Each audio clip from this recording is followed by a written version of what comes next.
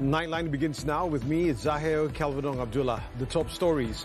Anwar and Trump to witness Thailand-Cambodia peace deal at 47 ASEAN summit in KL. Also, Bukit Aman issues arrest warrant for Muhyiddin's son-in-law. Good morning. Malaysia is set to make history as it hosts the largest diplomatic gathering in the region at the 47 ASEAN Summit, which will bring together some of the world's most influential leaders, including US President Donald Trump.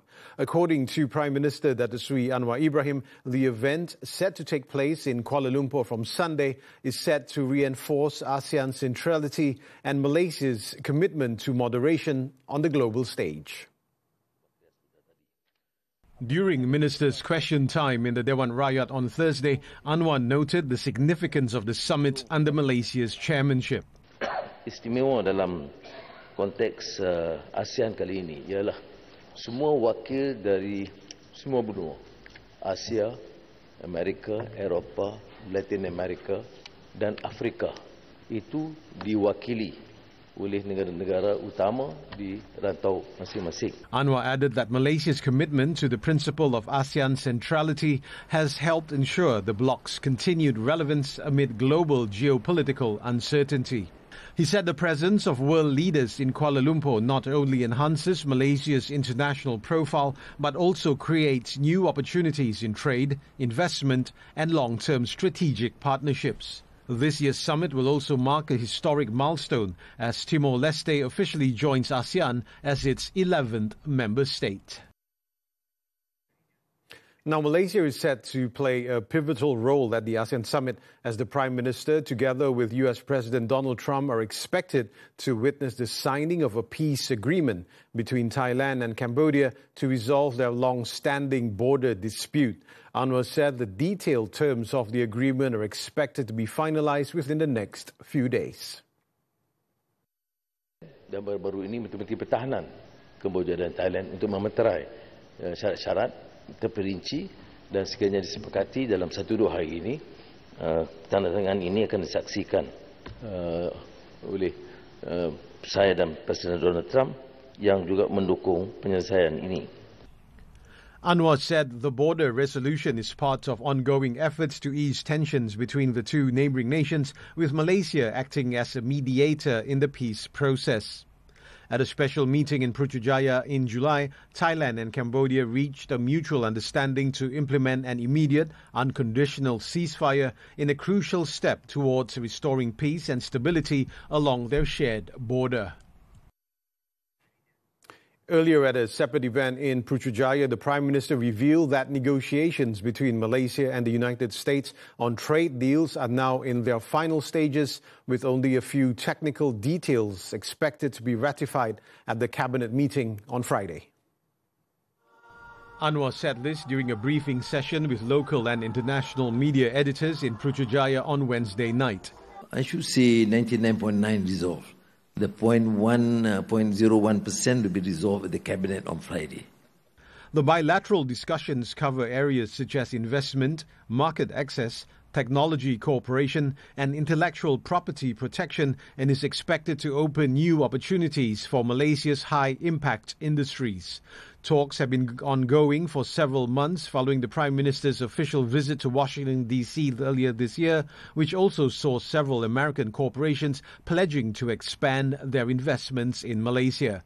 Trump is scheduled to arrive in Malaysia this Sunday to attend the 47 ASEAN Summit. Meanwhile, police have advised groups planning to hold a gathering in the vicinity of the Kuala Lumpur city centre in protest of Trump's visit to the country to call it off or move it to another location. Inspector General of Police Datuk Seri Muhammad Khalid Ismail said appropriate measures would be taken to ensure the safety of international delegates attending the 47 ASEAN Summit while safeguarding the nation's image. He stressed that the summit was not the right time for any form of gathering or demonstration at a time when the authorities would be focused on national security and protocol arrangements. Police are currently in discussion with several non-governmental organizations and other stakeholders to reach an amicable solution. telah berlaku dan kita akan meneruskan lagi ya, kerana ia melibatkan banyak pihak ya. Bukan sahaja 1-2 NGO tetapi juga beberapa pertubuhan yang berkaitan. Muhammad Khalid was speaking to reporters after attending a rehearsal for international delegations at the Kuala Lumpur Convention Centre earlier on Thursday ahead of the 47th ASEAN Summit.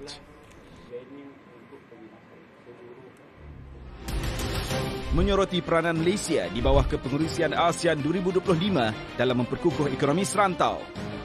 Apakah manfaat ASEAN kepada seluruh rakyat Malaysia dan pengusaha industri tempatan? Bersama tetamu jemputan Datuk Seri Tengku Zafrul Tengku Abdul Aziz, Menteri Pelaburan, Perdagangan dan Industri. Soal Rakyat, Sabtu 25 Oktober, jam 5.30 petang, hanya di TV3.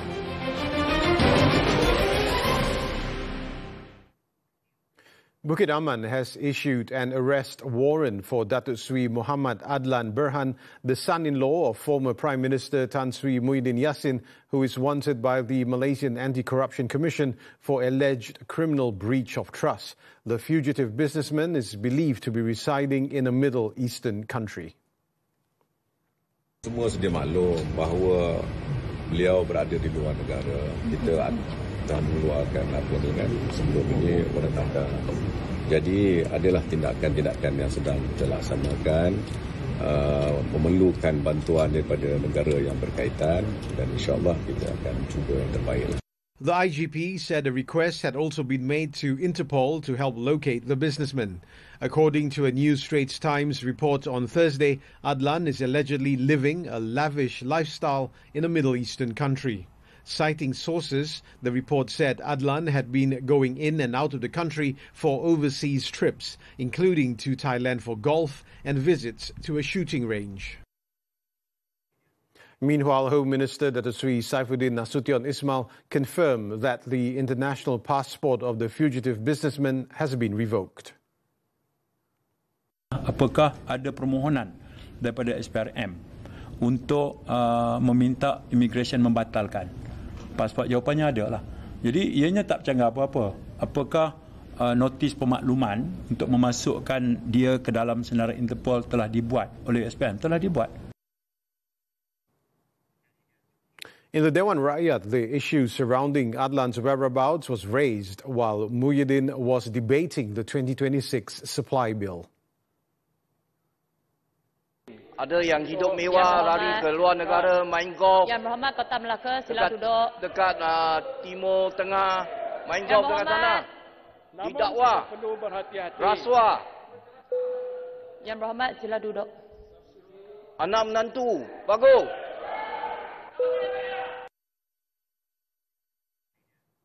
Prime Minister Datuk Seri Anwar Ibrahim has expressed support for the use of caning as a disciplinary measure in schools, but stressed that it must be carried out under strict conditions. Addressing the Dewan Rakyat, Anwar said such punishment must be kept within bounds and should not be carried out in public. Pandangan pribadi saya telah suarakan harus dikembalikan, tapi dengan cara-cara ketat, bukan public caning, ya. Rotan mungkin di tangan, bukan bagi kelonggaran sepenuhnya. Saya pernah menjadi guru dan saya ingat puluhan anak-anak saya dah rotan, tapi di tangan, ya. Dan tentunya tidak terlalu sangat nampak penderaannya. Anwar acknowledged that while some human rights groups have viewed caning as a form of child abuse, many educators and parents still view it as a necessary corrective tool. The Education Ministry yesterday announced 11 new measures aimed at strengthening school safety and discipline, including greater authority for principals, headmasters and disciplinary committees. The government has consistently sought to ensure that the application of the European Union Deforestation Regulation, or EUDR, does not negatively impact the country's agri-commodities sector. Plantation and Commodities Minister Datuk Seri Johari Ghani said several proactive measures have been taken to remove Malaysia from the standard risk status under the EUDR, including the formation of a special committee. Dengan pengambilan pendekatan whole of government approach, mesyuarat Jemaah Menteri pada 11 Jun 2025 telah memutuskan supaya satu jawatan kuasa khas di peringkat nasional ditubuhkan bagi menangani kesan pelaksanaan UDR pengklasifikasian Malaysia dalam kategori standard risk dan membincangkan tindakan susulan yang sewajarnya. A key priority of the committee is to secure Malaysia's classification as a low-risk country under the EUDR framework. The committee will also act as a central channel for Malaysia's engagement with the European Union, including the submission of official data sets, policy updates, and participation in technical exchanges. Moving on, 180 individuals were evacuated to temporary evacuation centres or PPS following flash floods in the Manjong, Larut, Matang and Selama districts in Perak. According to the State Disaster Management Committee Secretariat, as of 9 p.m, 3 centres have been opened to accommodate the affected victims. The PPS at Sekolah Kebangsaan Sungai Batu in Pantai Remis currently shelters all 180 evacuees, while 2 other PPS are currently in the process of receiving evacuees. According to reports, floodwaters rose suddenly, submerging residential areas and main roads, leaving many residents unable to save their vehicles and personal belongings. Meanwhile, the Malaysian Meteorological Department, or Met Malaysia, has issued a warning of thunderstorms and persistent rain in several parts of the state, including Manjong, Larut, Matang and Selama.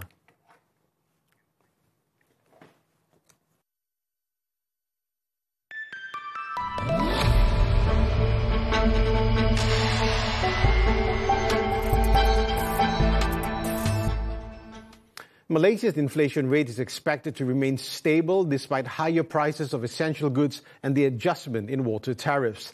According to Maybank Investment Bank, the average inflation rate for the first 9 months of 2025 stood at 1.4%, with a full-year estimate of 1.5%. Prices have remained stable following the rollout of targeted subsidies supported by the reduction in RON 95 petrol prices to RM1.99 per litre. The investment firm also expects inflationary pressures to stay moderate given the delay in targeted subsidy implementation and continued low fuel prices. Overall, inflation is projected to remain stable until early 2026 before gradually rising in tandem with the increasing impact of global tariffs.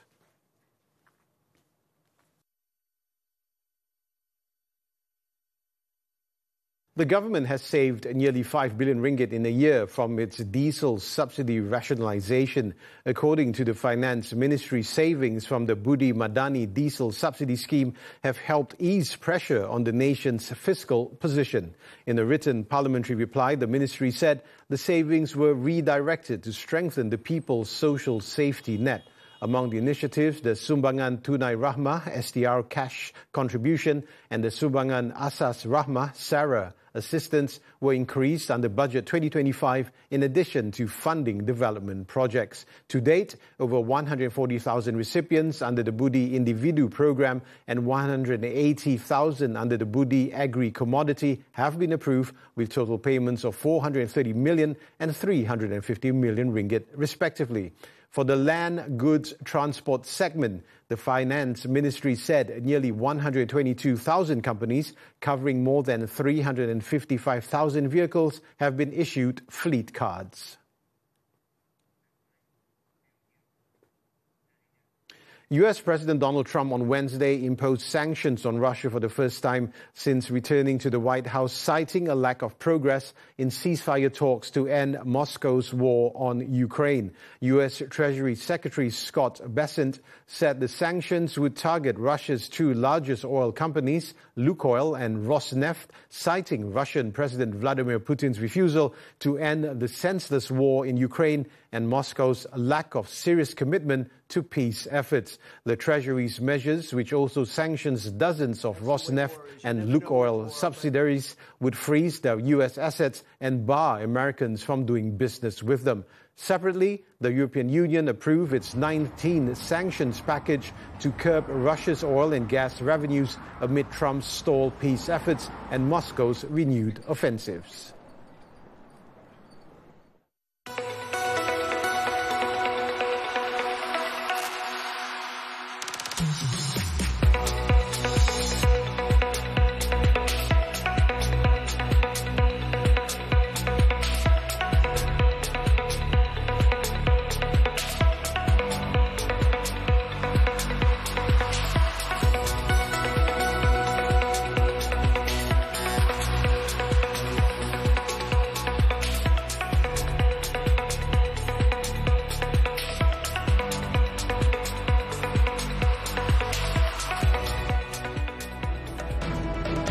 Various drugs worth over 6 million ringgit seized.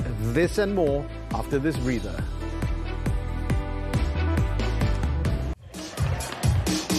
Di atas bumi ini ku berpijak pada jiwa yang tenang. Di hariku tak pernah ada bintang yang terlintas. Ku bahagia. Gini, and you are the first person yang I jumpa. Masih nak jumpa dengan I lepas ni? Kembali dalam menyambung ikatan yang bukan miliknya. You tak ada perasaan dekat I ke? You yang buat I tunggu. Cinta lama diuji dendam. Siapa perempuan tu? Isteri saya. Rahsia bersilang mengikat takdir cinta terlarang. Surprise! Kenalkan isteri kedua ya. Isnin hingga Jumaat 7 malam di Akasia TV3. Bersamamu kali ini menyelami kisah Muhammad Hilmi Abdul Ghani, 47 tahun, yang mengalami kesempitan hidup. Sebelum tu dia cuma sakit dada, dia ingatkan biasa je lah, tapi tak pernah pergi cek. Lepas tu nanti kena lagi sakit dada, berpeluh apa semua. Sebab saya tak sanggup tengok bila awak orang hidup dalam keadaan tak tentu arah, tak ada kerja. Yelah. Top 5 Carta Muzik-Muzik 40 minggu ini.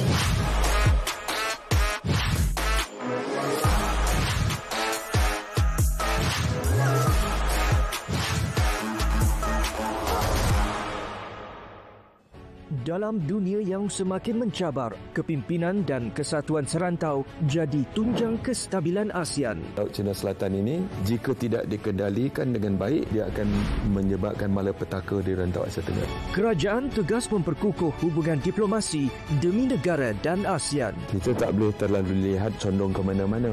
Trump ketua negara US, maka kita jemput dia lah. Pendekatan lembut dan senyap Malaysia, bukti suara ASEAN didengari di peringkat global. Bersama saya, Muhammad Hassan, secara eksklusif dalam podcast utama Buletin TV3.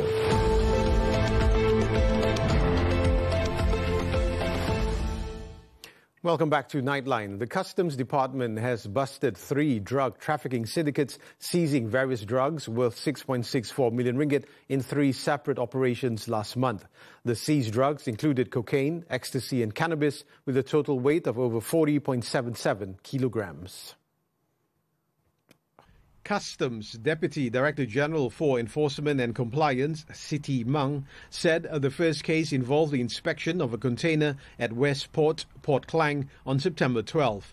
She explained that officers discovered a black bag containing 25 transparent plastic packages of compressed white powder believed to be cocaine, weighing 25.74 kilograms and valued at approximately 5.14 million ringgit. In the second case, officers inspected a car in Banting, Selangor on September 11 and found 367 grams of ecstasy worth 61,289 ringgit hidden in a compartment in the vehicle. Further checks led to the discovery of 2 pistols, magazines and live bullets. The third syndicate was uncovered on September 3rd when officers raided a courier warehouse at the Kuala Lumpur International Airport Free Trade Zone, where 3 parcels were found to contain 14.67 kilograms of cannabis worth 1.43 million ringgit. All 3 cases are being investigated under the Dangerous Drugs Act. A bank officer was charged again at the Shah Alam Sessions Court with 104 counts of corruption involving a total of 398,100 ringgit linked to the Malaysian Anti-Corruption Commission's Ops Sky investigation.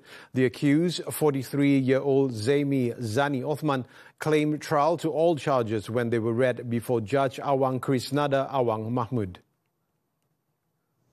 According to the charge sheet, Zaimi, who served as the head of the financing unit at a bank branch in Sri Kembangan, allegedly received 398,100 ringgit in bribes via online transfers into a company account owned by his wife.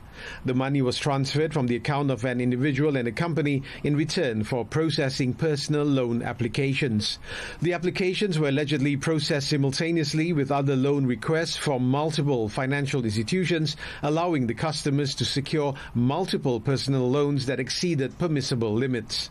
Zaimi allegedly committed the offences at a bank branch in Bandar Baru, Bangi between November 19, 2020 and October 4th, 2024.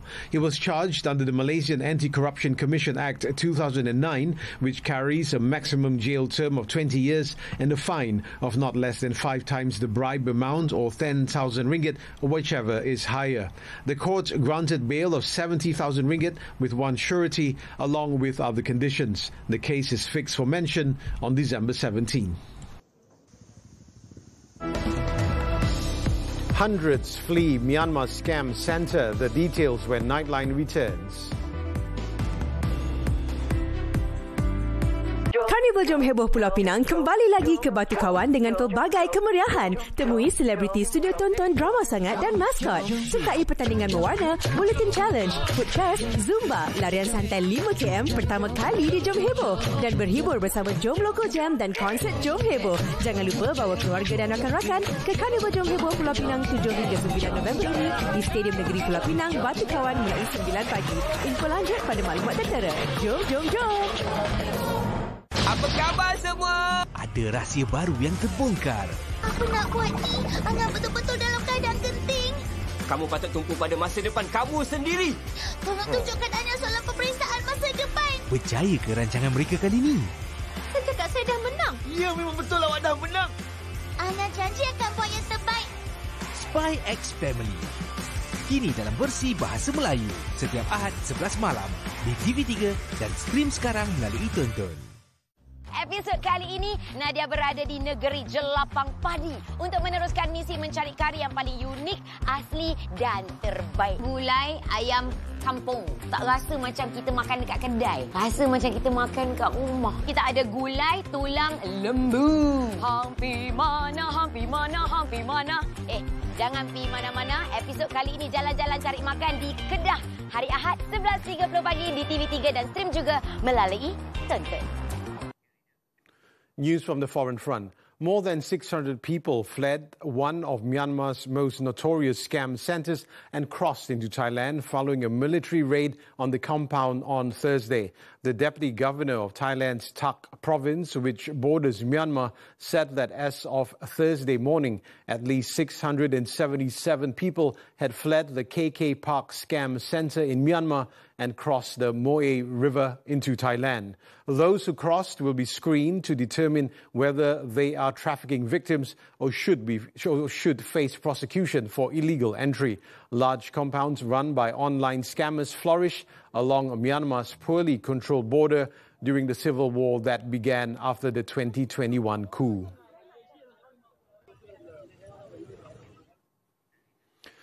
The International Court of Justice ruled on Wednesday that Israel is obliged under the Geneva Convention to agree to and facilitate relief schemes provided by third states and impartial humanitarian groups. According to the ICJ, the relief efforts involve the International Committee of the Red Cross and the UN Agency for Palestinian Refugees, Anwar, to ensure sufficient aid reaches the Gaza Strip. Previously, Israel banned Anwar from operating in its territory, accusing some of its staff of involvement in the October 7, 2023 attack. The ICJ, however, said Israel had failed to show evidence that Anwar worked for Hamas, as it claimed. Meanwhile, the World Court also stressed that Israel, as the occupying power, has an unconditional duty to meet the population's basic needs. It found that Gaza's population had been inadequately supplied under Article 59 of the Fourth Geneva Convention, which requires Israel to allow and support humanitarian relief efforts.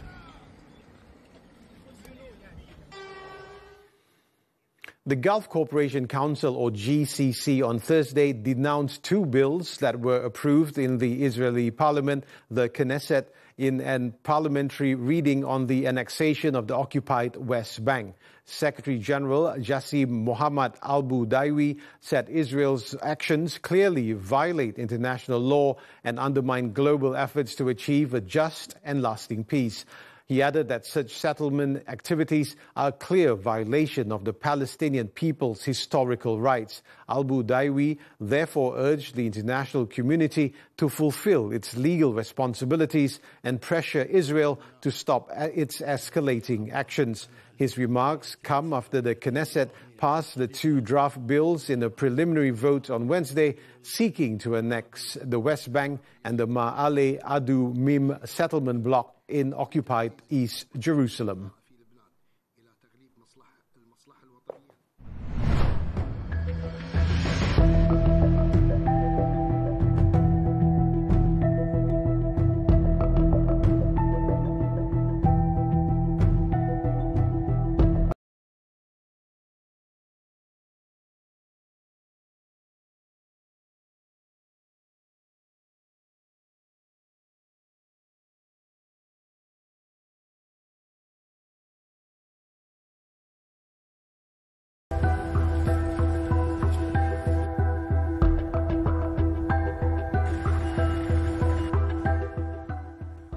On to sports now. Prime Minister Datuk Seri Anwar Ibrahim has confirmed that FIFA President Gianni Infantino will attend the 47th ASEAN Summit. Anwar, however, clarified that Infantino's presence does not mean football-related matters will be discussed during the meeting.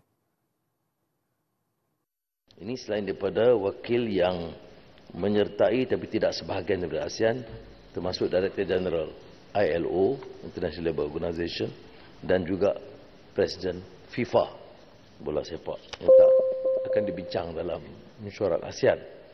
During his visit, Infantino will attend several official functions and tour the National Training Centre in Putrajaya, where FIFA officials will review Malaysia's modern training facilities. He is also expected to visit the Football for Schools program in Kelana Jaya, an initiative promoting football among students through education and community engagement. Infantino last visited Malaysia in 2019, where he paid a courtesy call on then Prime Minister Tun Dr. Mahathir Mohamad. Turning to badminton, the 2025 French Open. Malaysia's fine run in the Super 750 tournament continues, with both national mixed doubles pairs advancing to the quarterfinals as of 11 p.m. on Thursday. World number 3 duo Cheng Tang-ji and To Yi-wei avenged their Singapore Open defeat by edging Taiwan's Ye Hongwei and Nicole Chan 22-20, 17-21, 22-20 at the Glass Arena in Cesson-Sévigné. They'll next face Hong Kong's world number 8 pair Tang Chun-man and Se Ying-sui for a place in the semi-finals. Earlier, Goh Soon-Huat and Chevron Lai cruised past Scotland's Alexander Dunn and Julie McPherson 21-13, 21-10 in just 27 minutes. The husband and wife duo will take next on China's number 2 pair, Feng Yanzi and Huang Dongping, in Friday's quarterfinals, a tough test as Malaysia eyes another deep run in Europe. Moving on to football, Selangor FC's wait for a first win in the AFC Champions League 2 continues after falling 2-0 to Indonesian champions Persib Bandung in Group G on Thursday night. Playing at the Gelora Bandung Lautan Api Stadium, Christoph Gamel's side, led by Faisal Halim, Trigo Moraes and Elvin Fortes, struggled to settle as the hosts dominated early on. Adam Alice broke the deadlock in the 29th minute before Andrew Jung doubled the lead from the penalty spot midway through the second half. Persib now top Group G with 7 points, while Selangor remain bottom, still chasing their first points after 3 consecutive defeats.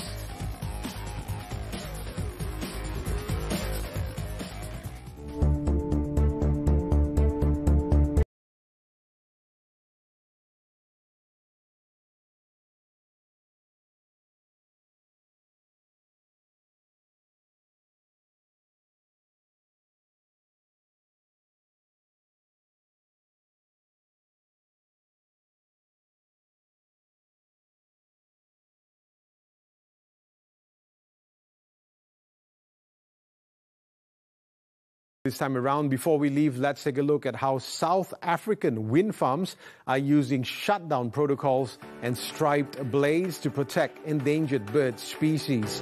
With that, I'm Zahir, Kelvin, Abdullah. Thank you for watching and take care.